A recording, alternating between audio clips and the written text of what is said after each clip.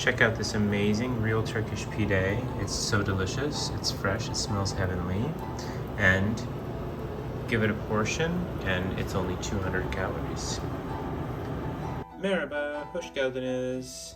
Hello and welcome everyone back to the channel.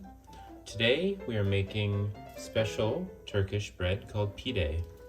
And we're very excited to bring it to you. And we are gonna make it so that the portions are low calorie. Let's get baking. We're starting with 1 cup of flour. And this is a bread flour that we're using.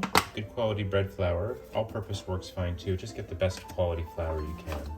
I'm measuring it and weighing it so we can be precise to make sure our calories are counted. So starting out with 1 cup, which is supposed to be 120 grams. We always recommend using a kitchen scale for your recipes. For baking, it's more accurate. 120. So 120 grams of flour and a teaspoon of instant dry yeast, a cup of warm water, and a teaspoon of honey. The honey is for yeast food, help it rise. Okay, so we're mixing this. So this is basically a pre-fermentation, a quick dough starter. Simply mix this. This isn't going to be a nice dough yet. Simply mix this together until you don't have any lumps.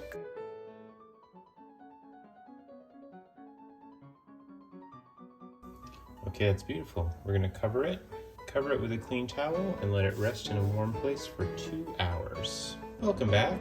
Our starter has been rising for 2 hours. And here it is. Nice and foamy. That's what we want. We're going to mix that up a little bit and add more flour and water. Let's do it. So yeah, you can see it's got a starting to dough texture. A little watery is fine.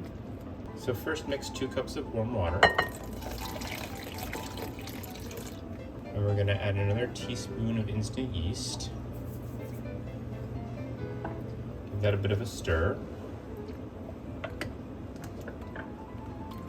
And we're going to start to add, I've got weighed out here about 4 cups or 480 grams of flour. And we're going to add that to our dough mixture cup by cup and keep stirring it. Let's get that in.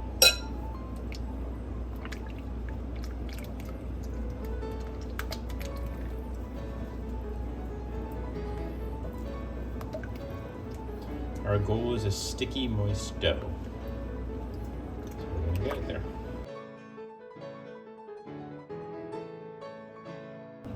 By gradually adding the flour like this and mixing it well at each stage, then we know we can come to the right consistency of the dough for this recipe. Everybody's flour is going to be a little different in terms of how much moisture it wants.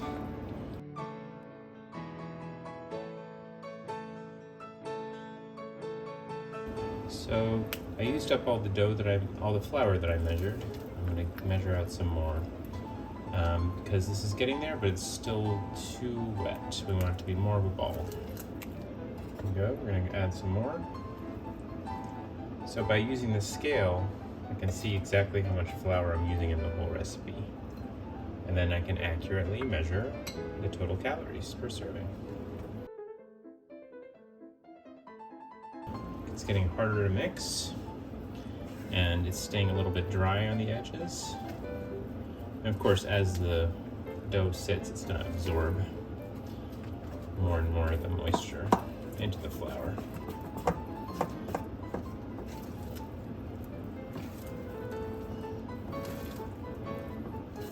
Scrape down the edges as best you can. And the last thing that's the most important, well, among the most important, is a whole tablespoon of salt.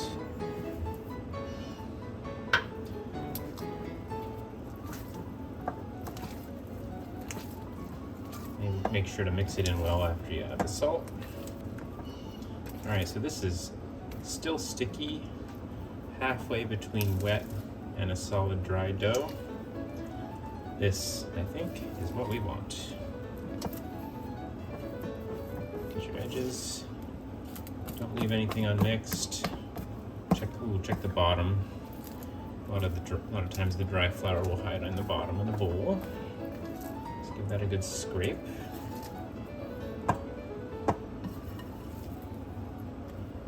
Beautiful. See how sticky? But it's just gonna rest now. I'm gonna cover and rest in a warm place, like rising. Another 30 minutes. We're gonna rest 30 minutes, stir some more, rest 30 minutes, and then we're gonna be ready to shape it into the loaves. So it's gonna be 1 more hour total resting time. 30 minutes have gone by, and here's our dough.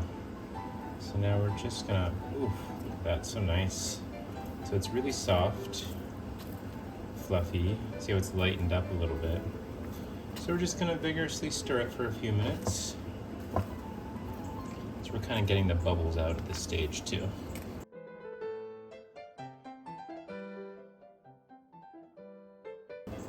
That'll look like enough stirring. About 3 minutes, fine. Doesn't look like there's more air to come out of it at this stage. Cover and rest someplace warm, 30 more minutes. 30 more minutes has passed. Look at our dough. Yeah. So this is really nice and fluffy now. We're gonna do one more quick stir and then get it out on the board and divide it up. Okay, so ready to go. Some flour on a big board.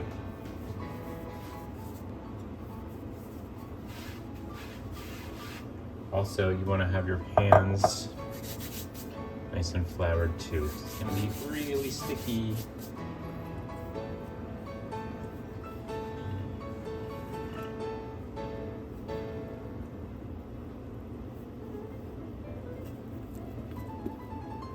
Slide out just like that. Let's see how it comes out. Ooh, nice. I'm even just going to use my spatula here. I want to try to fold it a few times first.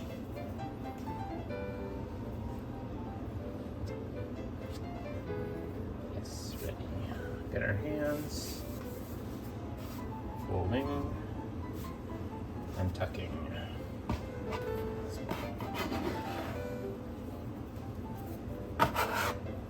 Here we go. Ah, that's what these are for. Bench scraper. That helps a lot. Great, it's starting to come together.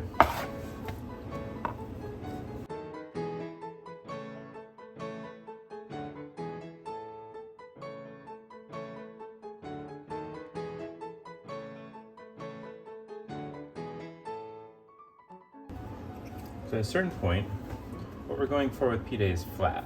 So it's going to be able to spring a little bit. So this is the final texture we want. And I've been careful with the scale to make sure how much flour we're using because we want to be able to count the calories. It's easy and it works. Okay, I'm gonna make 3 pides. I've got 3 baking sheets with parchment dusted with flour ready to go. So I'm gonna divide up the dough first. 1, 2, 3.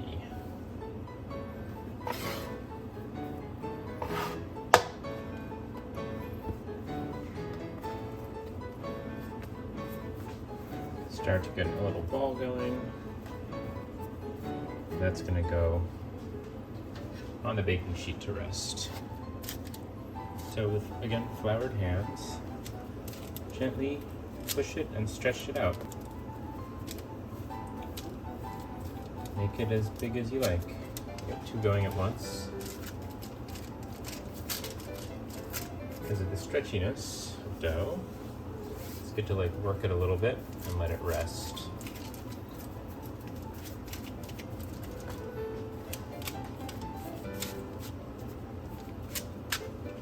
So we'll do that until they're thin. We're going for a thin shape in the end, which is nice.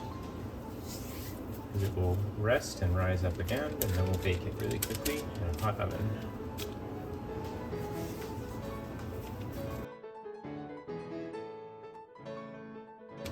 It goes pretty quickly if the dough is rested a minute. beautiful. We'll cover these up and let them rest minimum 20 minutes, but about maybe 30 to 40 minutes before baking. Beautiful. All right, last step before putting in the oven, which we've preheated to 450. We changed our minds. We took a third of the whole dough and divided it into 3 pide. Better serving size, better to do the math for the calories. So we're gonna hit it with an egg wash and shape it for baking. Just 1 egg whisked up.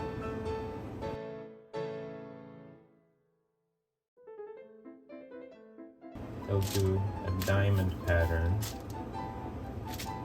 in each pide, just with the fingers.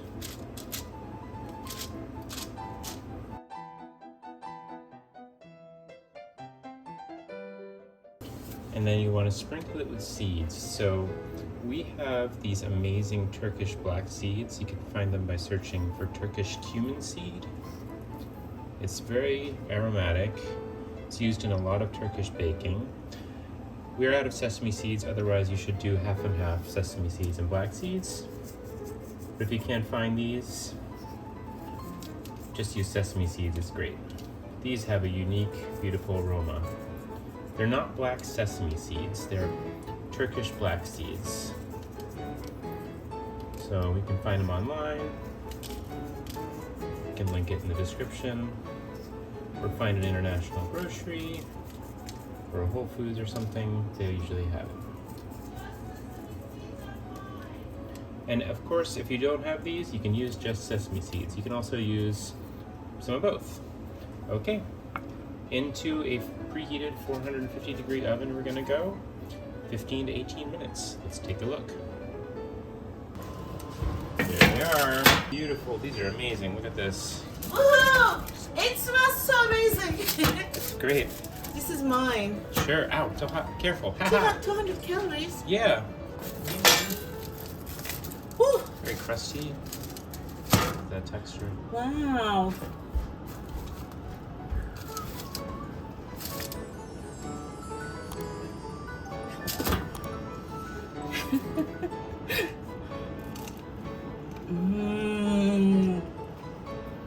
We made it. Listen to this.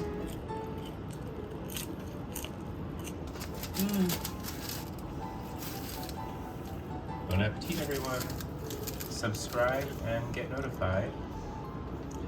And how many it will make, the whole recipe? So the whole recipe should make about 9 individual sized pides, about 200 calories each. We'll Wow. post the math and the calorie counting down in the description. But Oh, look at the back. yeah, look at that. Ooh. Traditional Turkish pide, like you can find in a great kebab restaurant. Don't forget to like and subscribe and share with your friends. This amazing, easy recipe will make your home smell like a real bakery.